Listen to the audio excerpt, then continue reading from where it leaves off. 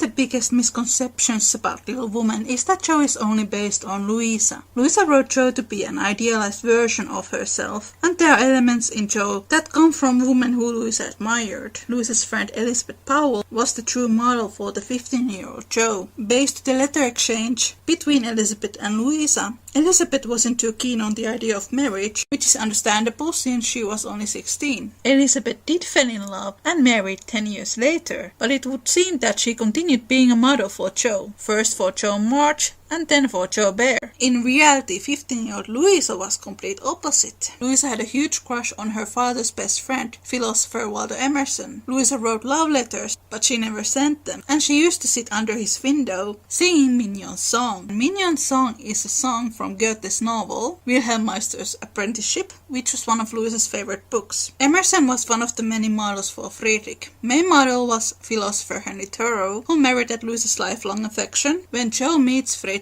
for the first time, he is singing Mignon's Song. When Jo writes her letter home, she says that the letter is rather quote-unquote bearing, and that she is always interested from odd people. We can interpret this that Jo is fascinated by Friedrich's eccentricism, and this is where Jo finds her kindred spirit, because all of her life she has considered herself as odd and not fitting. One of the reasons why Jo's and Laurie's relationship can never be a relationship between equals is that Laurie was looking for a mother figure in Jo, and Friedrich being older and more mature than Laurie is a paradox of that. I was in our parlor last evening and Mr. Bear came in with some newspapers for Mrs. Kirk. She wasn't there, but Minnie, who is a little old woman, introduced me very prettily. This is Mama's friend Miss March. Yes, and she's jolly and we like her lots, added Kitty, who is an enfant terrible. We both bowed and then we laughed, for the prim introduction and the blunt addition were rather a comical contrast. Like their creator, Jo and Friedrich shared their love for children. Already in the first novel, Jo escaped the female society and ran out to play with boys. In New York, Jo is more interested from the doings of Friedrich's nephews, Franz and Emil,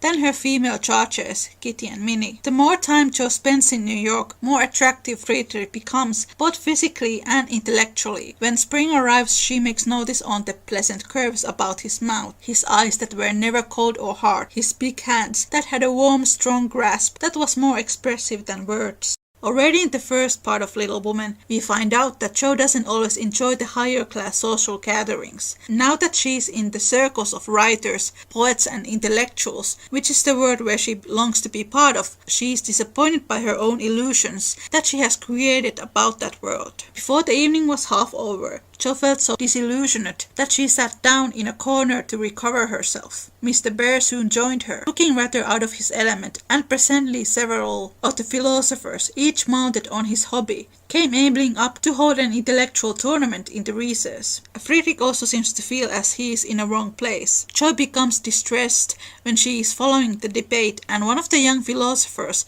puts intellect above God. After some hesitation, Friedrich gives his speech defending religion. This speech leaves an everlasting impression on Jo, and I would even argue that this is when Jo starts to realize that her feelings for Friedrich are more than friendship. She began to see that the character is a better possession than money, rank, intellect or beauty, and to feel that greatness is what a wise man has defined it to be, truth, reverence and goodwill. Then her friend Friedrich Bear was not only good but great. Little Woman is a Bildungsroman. Bildungsroman is a literary genre that originates from Germany. English translation could be coming-of-age novel. The focus of a Bildungsroman is in the moral and psychological development of the characters. In movies and in all TV adaptations so far, scene where Fritz expresses his opinions about sensational literature has been turned into a conflict. I guess it is supposed to create more drama, but this is not the way things go in the book because Jo already has labeled her sensational writings as rubbish way before she even thinks of traveling to New York. She has assured herself that her intentions are good because she would use the money to help her family. This inner conflict that Jo has begins in chapter 27, Literary Lessons. In this chapter, Jo attends to a lecture about pyramids. There she bumps into a young man who is reading a thrilling story written by Mrs. Northbury. Jo Jo is amused by boys' admiration of the trash. That is how Jo calls this type of literature, which emphasizes her wish to disdain herself from those stories. So Jo's negative views towards sensational stories is clearly identified. When Jo hears how much Mrs. Nordberry makes with her Stress and Thunder tales, Jo begins to change her mind and soon starts to write them herself. Stress and Thunder tales originate from Goethe. In German, this genre is called Sturm und Drang. It sounds way more cooler in German. Drang refers into deep emotional stress. Sturm und Drang was a movement in literature and music in the late 18th century Germany and was largely influenced by Goethe's writings and plays. There is a great emphasis on the fate for the individual, and the movement was highly influenced by Shakespeare. Goethe's Sturm und Drang plays were about very masculine Teutonic heroes, which is probably what fascinated Louisa as an author. Jo's first stories are poor attempts to capture the spirit of Sturm und Drang. Thank you so much for sharing my love for Little Woman. All the transcriptions of the Little Woman podcast are now available as paperbacks, ebooks, and as audiobooks on Amazon, Kindle, Nook, and bookstores. You can find all the links from the description. And now, back to the show. Her story was full of desperation and despair as her limited acquaintance with those uncomfortable emotions enabled her to make it. Jo takes in consideration all the advice she gets from everyone around her, instead of seeking advice from someone who could help her to improve as a writer. She goes against her own judgment when she knows that some of the advice she receives does not improve the story. So with Spartan firmness, the young authoress laid her firstborn on the table and chopped it up as ruthlessly as any ogre. In the hope of pleasing everyone, she took everyone's advice, and like the old man and his donkey in the fable, it suited nobody. After submitting to a bunch of magazines, Jo writes her first novel, which is a romance, and it receives mixed reviews. Jo appreciates the feedback and learns from it. Her family and friends administered comfort and commendation liberally, yet it was a hard time for sensitive, high-spirited Jo, who meant so well and had apparently done so ill. But it did her good, for those whose opinions had real value gave her the criticism which is an author's best education, and when the first soreness was over, she could laugh at the poor little book, yet believe in it still, and feel herself the wiser and stronger for the buffeting she had received. In chapter 34, when Jo enters to the publishing world in New York, she enters to the world that is male-dominated. Her sensational story is cut from a third of its original length. Jo is frustrated the way Mr. Dashwood wants to cut out all the morals away from the story, and the morals are what Jo wishes to keep. Eventually, Jo agrees to these alterations to be made. Despite of her masculine shield, Jo is quite emotional internally, even though she doesn't like to show it, and writing thrilling tales becomes distressing. She was living in a bad society, and imaginary though it was, its influence affected, for she was feeding heart and fancy on dangerous and unsubstantial food, and was fast brushing the innocent bloom from her nature by a premature acquaintance with the darker side of life, which comes soon enough to all of us. But Jo is ashamed of her writings. She is adamant about using a pseudonym, and she doesn't tell anyone at home what she is doing, and neither she has showed her stories to Fritz. Friedrich never criticizes Jo as a writer. He is criticizing the genre. Friedrich is honest. He wants Jo to take herself seriously as a writer. The book Jo does not shout or argue with Fritz, unlike the movie Jo does, because Friedrich expresses what Jo has been thinking all along. As a result, Jo burns her trashy novels. Then the book Jo tries to write for children, it doesn't feel right. Then she writes stories that only have moralities, that doesn't feel right either. She jumps from one literal genre to another, experimenting. Friedrich does turn out to be a friend. He encourages Jo to study real-life people, so she can develop her characters, and as a Christmas gift, he gives her a set of Shakespeare's novels. Goethe, Louisa's idol, would have had similar thoughts towards sensational stories that Friedrich had. Here's a quote from Megan Arknett, who has done some extensive research between Friedrich's character and Goethe. Bear is trying to help Jo become a genuine writer instead of one who catered to the whims of the crowd. This is something Goethe would have done. He disliked superficiality in people and in art, and was through life frequently offended by the shallow pretensions, the false aims of writers who, because they have some poetic sensibility and some gift of expression. Louisa credited Goethe being the one author who has taught me the most about creating and understanding characters.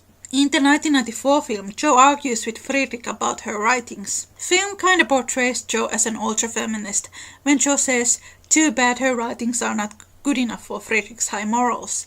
This is a complete opposite to the book Jo, because the book Jo and Friedrich, they have always shared the same morals. He sees her as an equal, as a woman with true heart and soul, a woman with talent. He isn't easy on her, but neither is he cruel to her when it comes to her writing. I think ultimately she appreciated that Friedrich never softened the blow, but always treated her as someone whose ideas and thoughts were meant to be listened to. Here's another quote from chapter 27, Literary Lessons. "That's just it. I've been fussing over the thing so long, I really don't know whether it's good or bad or indifferent. It will be a great help to have a cool, impartial person take a look at it and tell me what they think of it." The whole chapter is about how Jo learns to define her craft from the feedback she receives way before she meets Friedrich, and it foreshadows the arrival of Friedrich's character. There is a longing to find a person who can not only give her constructive criticism, but also encourage her to explore her capacity as a storyteller. The 2018 film did a pretty good job with this by making Friedrich Jo's editor and a professor of literature. And so far it is the only film where Jo listens and embraces the feedback she receives, same way as the book Jo does. When I was doing this research, I actually came appalled when I realized that the scene in Little Woman where Jo is having a mental breakdown because of the stories that she has to write for Weekly Volcano, that is never in the films. Louisa was in her early 20s. She wrote to a New York newspaper called Frank Leslie's Weekly Illustrated Newspaper. Weekly Volcano is a caricature of that newspaper. We tend to have quite one-dimensional way of thinking when it comes to historical people, because historical people had morals, just like we have morals. Louisa was writing for money, and writing for money, it came with mental health problems. She had to look up things that made her feel uncomfortable. They had stories about men abusing women, and some of the stories were racist and sexist. These things contradicted with Louisa and her own morals, which is why she quit. There's a literal quote in Louisa's journal where she writes about these moral struggles, and her friend Emerson says, "Hey, you don't need to write anything you don't want to write." And just like Jo in the book, Louisa feels relief when she stops. You can find this journal online. You can read it for free. All these scriptwriters, they have had access to read it over a decade. There has been lots of unnecessary stereotyping made towards Friedrich's character. I will point out some of them partly because they are truly ridiculous, but also because they show how long a journey we have to understand Louisa May Alcott's worldview. In one supposedly feminist study that I read, the author pointed out that Friedrich having Shakespeare, Milton, Plato and Homer in addition to his German Bible in his bookshelf represent the way Jo is now captive of the male power. Apparently if a fictional male character who happens to be a teacher of philosophy has books about philosophy in his bookshelf, that must make him a sexist. Louisa herself grew up reading books and teachings of these particular philosophers. Plato was actually one of the first philosophers who talked about gender equality. Christine Doyle points out that throughout the book series, Friedrich's character represents the positive aspects of the German culture that the new immigrants embodied. Well read and well educated, Friedrich's shelf contains volumes of Shakespeare, Milton, Plato and Homer in addition to his German Bible. He is nevertheless remarkably unpretentious, darning his own socks for example. He is deeply religious, standing up for the importance of religion at the gathering of intellectuals he and Jo attend. This is a particularly important detail since unlike the working class German immigrants, German intellects were highly suspect for their godlessness. And it is actually against proponents of Kant's and Hegel's intellectualism that Friedrich launches his defense of religion. Even the great supporters of German literature, transcendentalists, sometimes found it difficult to come to terms with what they read as immorality and even atheism. When Laurie starts to make his moves on Jo, the book Jo feels very uncomfortable by that. She says no many times, but he doesn't listen or respect her. In the book Jo is way more mature character than Laurie is, but in the recent adaptation adaptations, this is not the case. In Greta Gerwig's film, after Jo has nearly confessed to Marmee that she is in love with Friedrich, the film Jo suddenly decides to write Laurie and accept his proposal. This does not happen in the book. One might argue that the open ending is a cop-out not to handle Jo's loneliness and maximize the profits of the film by trying to please everyone. When Laurie proposes to Jo, he says he wants Jo to take care of him, and he doesn't want Jo to continue writing. When Laurie's behavior becomes possessive, it is now that Jo finally realizes what it feels like for a woman when someone does not respect your boundaries. Laurie guilt-trips Jo for a very long time, and he makes fun of Friedrich even when he has never met him. This is a common narrative in Louisa May Alcott's novels. In Rose in Bloom, Charlie wishes to marry Rose because of her money. He's a lot like Laurie,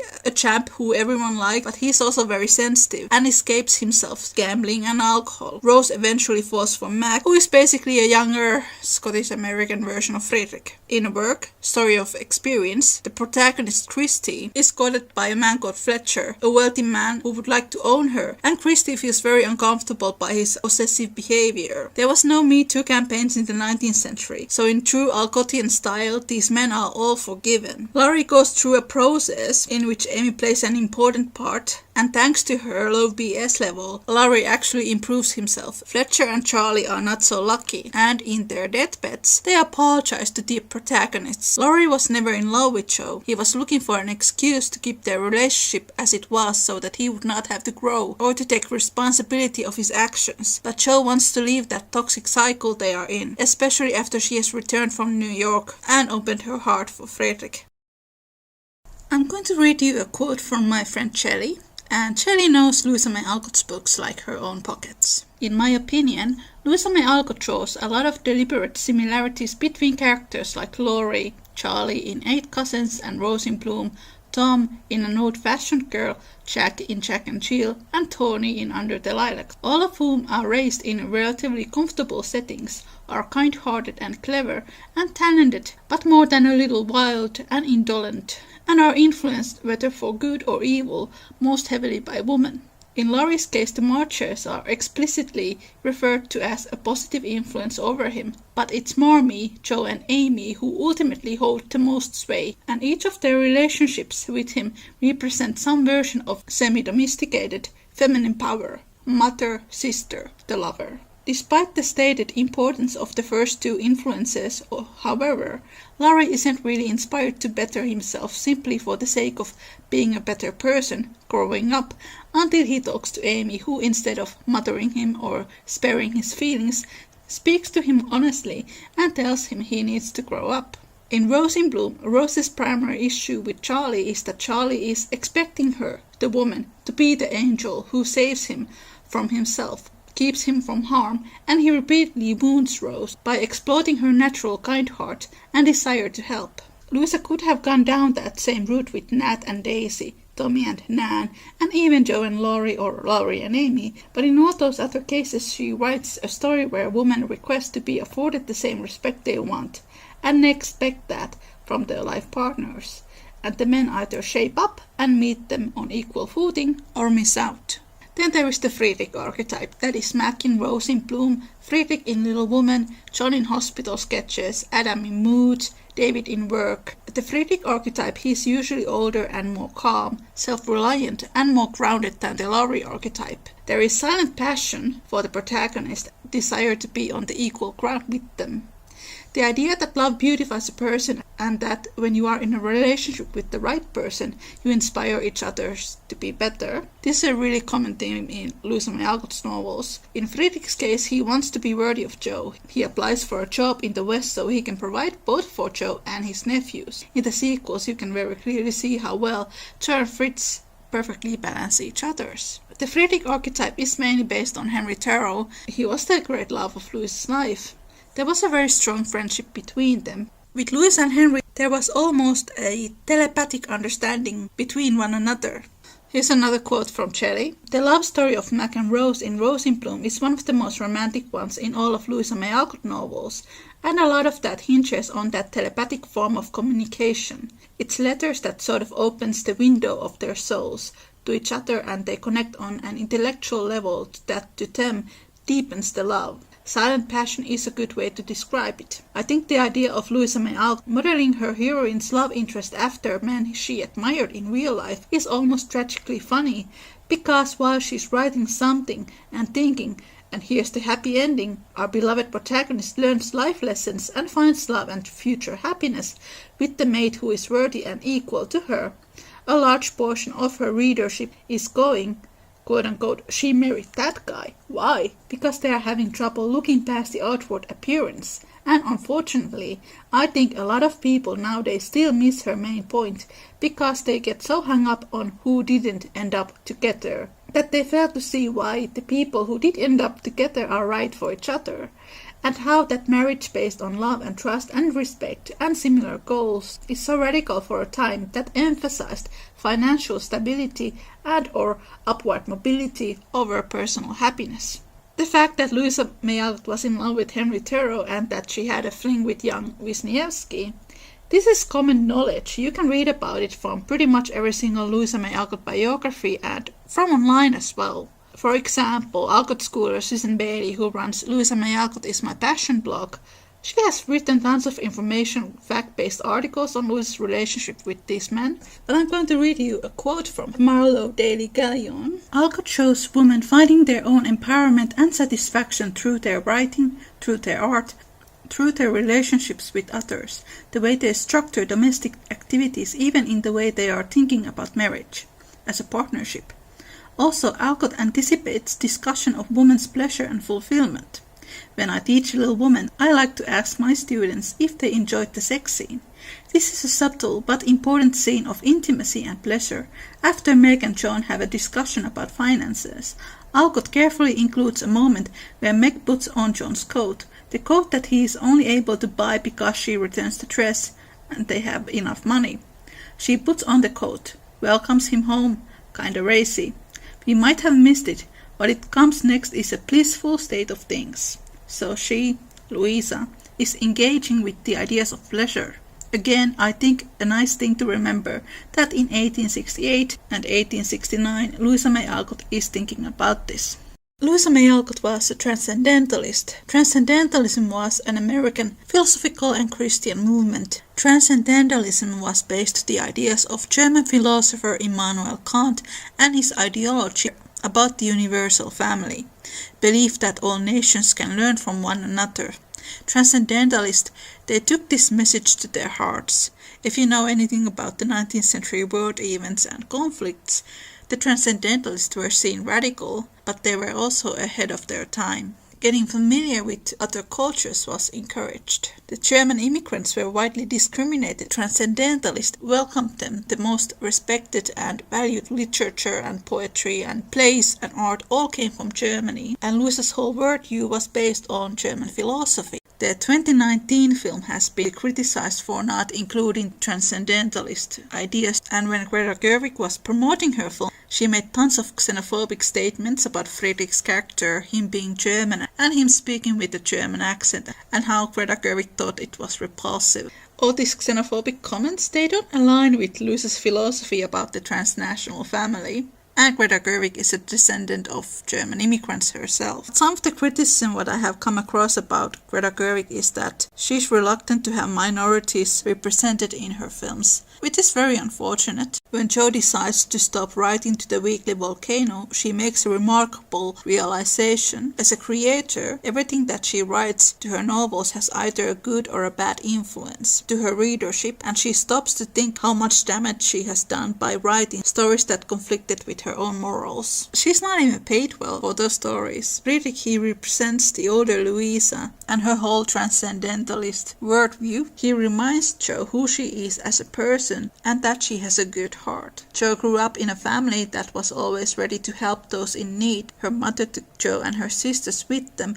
when she went to help the immigrant families, and her father lost his job when he took a black child to his school. The Alcotts were abolitionists and even hid black slaves at their home. Louisa had first-hand witnessed people being discriminated because of their ethnicity. Garrick also complained about Friedrich's looks, and this is the one thing that most people miss in Little Women. Katharine Hepburn and Paul Lucas from the 1933 film probably are closest to what the characters are written to look like. The point of the story is that love beautifies a person. Jo is not written to be beautiful, but she finds Friedrich very attractive and he's attracted to her. Louisa was not particularly beautiful either. Even her fans were disappointed when they saw her. There's a hilarious scene in Jo's Boys. There's this adult fan who comes to meet Jo Bear, Jo's and Friedrich's son. He points out the portrait of his mother and this fan is like, "Oh no, I expected her to be 15 and pretty and have pigtails. I don't think I want to see her now because she looks so mundane." Laurie is written to be a conventionally good-looking character, but his actions over Jo are ugly. Films are sold with beautiful people, but I would be more worried about the way the filmmakers gloss over Laurie's flaws. Because of her look, sometimes Jo feels herself as a freak, and that she's not worthy of love.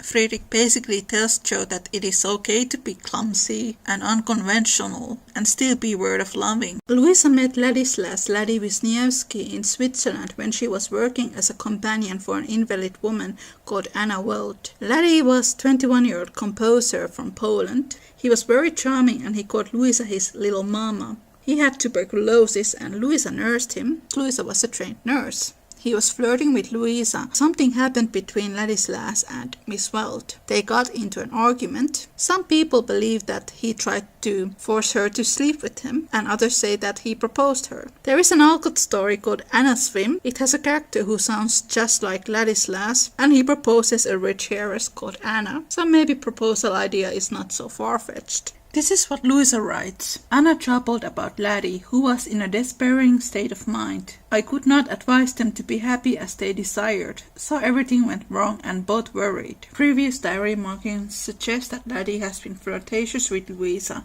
and had even mentioned possible future together. Louisa had written that Anna Weld was whiny, needy, foolish, and didn't have a clue about Goethe. The tone of Louisa's diary markings change. She begins to sympathize Anna and becomes more suspicious about Laddie. When Louisa writes, could not advise them to be happy as they desired, what does she mean? Did Ladislas and Anna had suddenly become affectionate with one another? It is very unlikely, because quite soon Ladislas announced that he was leaving.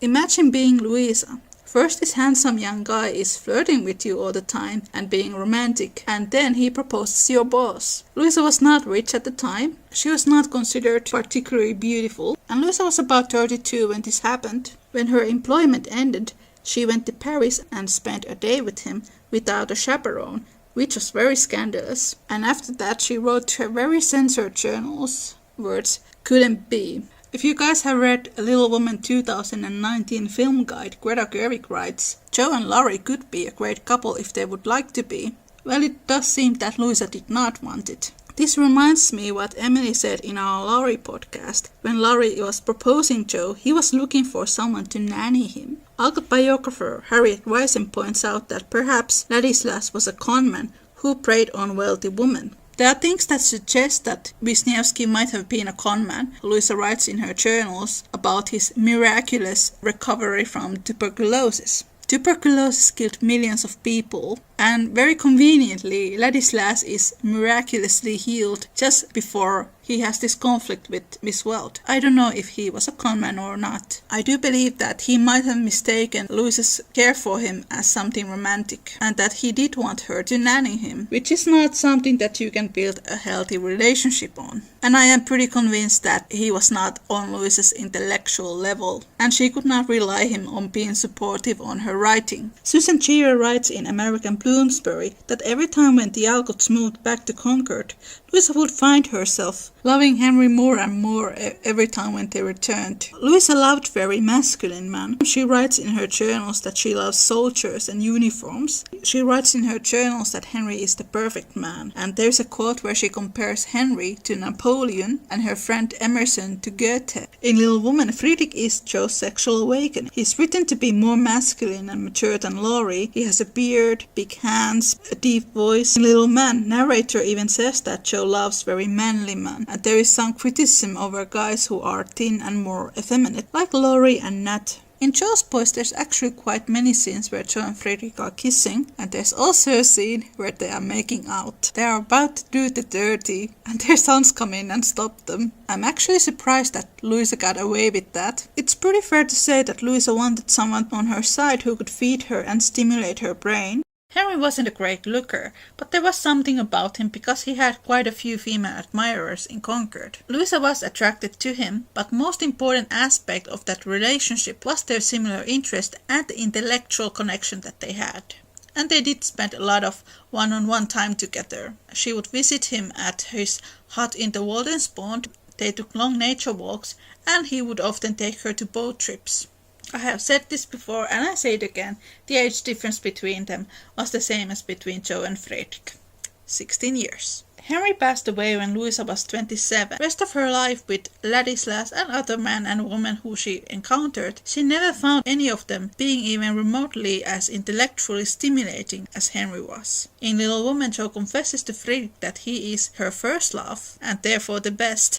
Something I found very interesting in my thorough research was that Henry and the whole Thoreau family, they had a reputation that they despised gossip and supported individualism. This is something that Louisa admired. You can read from their journals that both Henry and Louisa often felt themselves as outsiders, very similar to Jo and Fredrik, who are connected by their feelings of outsiderness. The self-censoring, it happens even in Little Woman. This raises the question, what is the intention of the author? In the book When Amy Burns Jo's Manuscript, it happens because Jo has been bullying Amy for weeks, and she's had enough. Little Woman is framed against Pilgrim's Process, a story where the protagonist learns to overcome their biggest flaws. For Jo, her biggest flaw is her temper.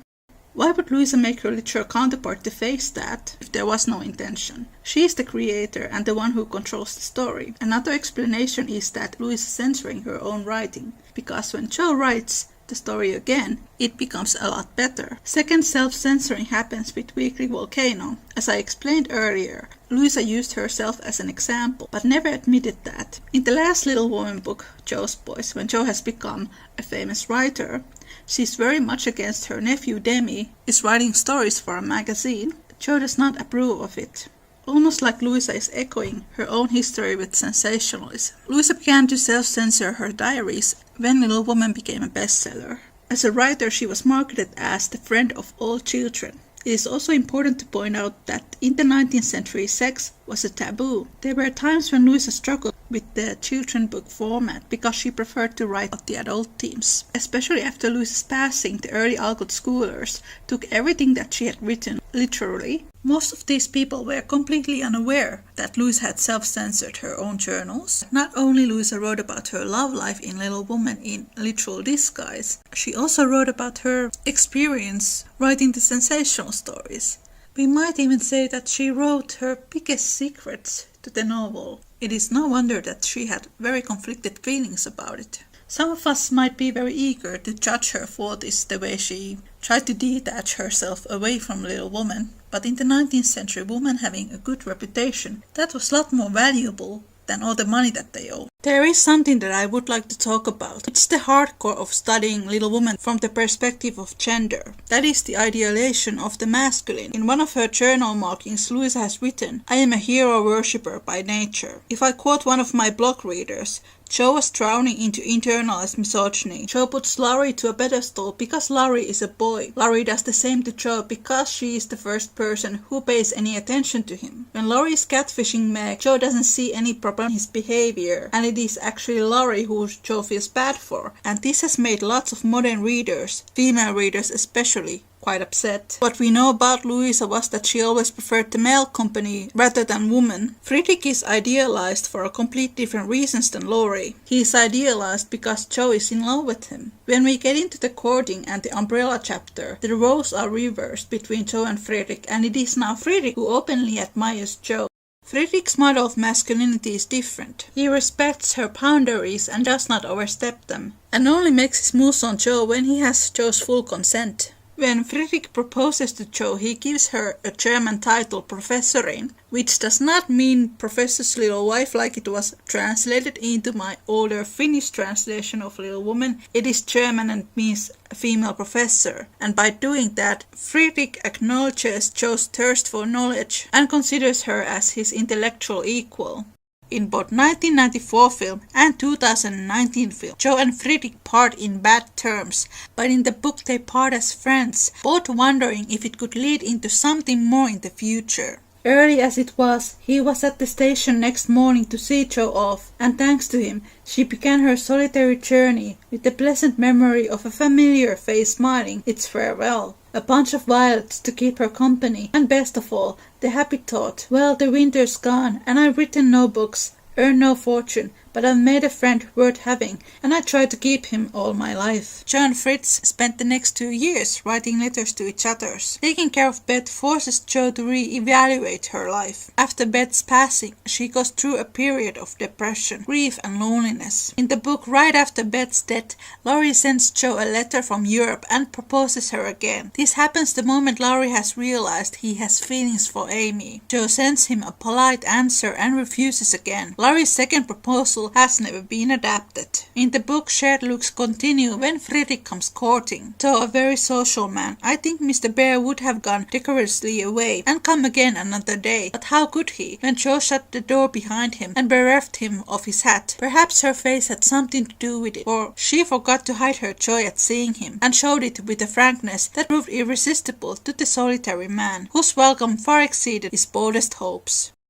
A stealthy glance now and then refreshed her like sips of fresh water after a dusty walk, for the sidelong peep showed her propitious omens. Mr. Bear's face had lost the absent-minded expression and looked all alive with interest in the present moment. Actually young and handsome, she thought. Shared looks were a big part of courting. When Jo comes to the realization that Fritz has truly come to court her, Jo flushes. She becomes fully self-aware, and she is quite pleased and thrilled by the idea. Then we get to the third and the most important part of the 19th century courtship: identification of selves, mutual recognition of one another, which in Little Woman is the umbrella. Courting is usually rushed in the films. Friedrich in fact visits the Marches for 2 weeks, and during all this time he is hoping to see signs of love from Jo. For a fortnight the professor came and went with lover-like regularity, then he stayed away for 3 whole days, and made no sign, a proceeding which caused everybody to look sober, and Jo to become pensive at first, and then,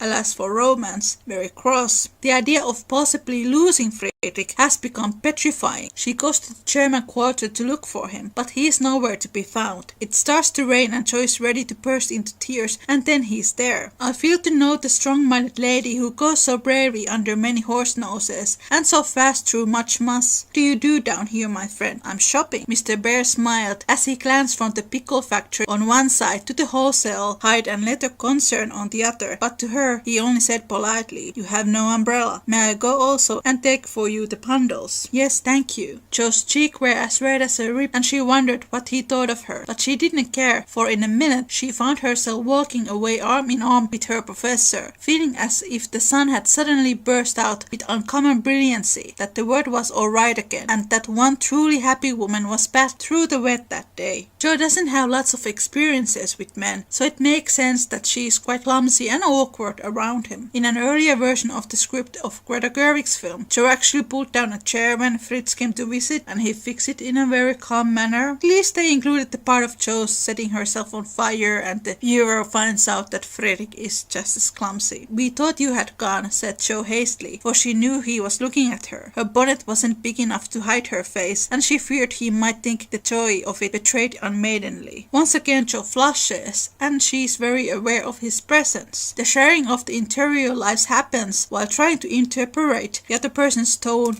and voice and gestures. When Friedrich tells her about the new job and that he can now provide a better home for his nephews, Jo is encouraged by the prospects. "Indeed you should. How splendid it will be to have you doing what you like and be able to see you often. And the boys," cried Jo, clinging to the lads as an excuse for the satisfaction she could not help betraying. "Ugh, but we shall not meet often, I fear. This place is at the west, so far away," and Jo left her skirts to their fate, as if it did not matter now what became of her clothes or herself. Mr. Bear could read several several languages, but he had not learned how to read woman yet. He flattered himself that he knew Jo pretty well, and was therefore much amazed by the contradictions of voice, face, and manner which she showed him in a rapid succession that day, for she was in half a dozen different moods in the course of half an hour. When she met him she looked surprised, so it was impossible to help suspecting that she had come for that express purpose. When he offered her his arm, she took it with a look that filled him with delight, but when he asked if she missed him, she gave such a chilly, formal reply that despair fell upon him. On learning his good fortune she almost clapped her hands. Was the joy all for the boys? Then on hearing his destination, she said, so far away, in a tone of despair that lifted him onto a pinnacle of hope, but the next minute she tumbled him down again by observing like one entirely absorbed in the matter. Narrator points out the difficulties of the mute courting, the narration of love, how to verbalize it through non-verbal clues. When they go shopping, Jo is very clumsy and Fredrik starts to see how Jo indeed goes by contradictions. In the store she hides her fright face to a shawl. Does this suit you, Mr. Bear? She asked, turning her back to him and feeling deeply grateful for the chance of hiding her face. I actually always thought that this scene was very intimate. It gives me some serious 1995 Sense and Sensibility vibes. The next moment she rummages the counters like a confirmed bargain hunter. Jo's pattern is to hide vulnerabilities into action, but Jo has gotten into a point where she is ready to let down all her walls. For now the sun seemed to have gone in as suddenly as it came out, and the world grew muddy and miserable again, and for the first time she discovered that her feet were cold, her head ached, and that her heart was fuller of pain than the latter. Mr. Bear was going away. He only cared for her as a friend. It was all a mistake, and the sooner it was over the better. With this idea in her head,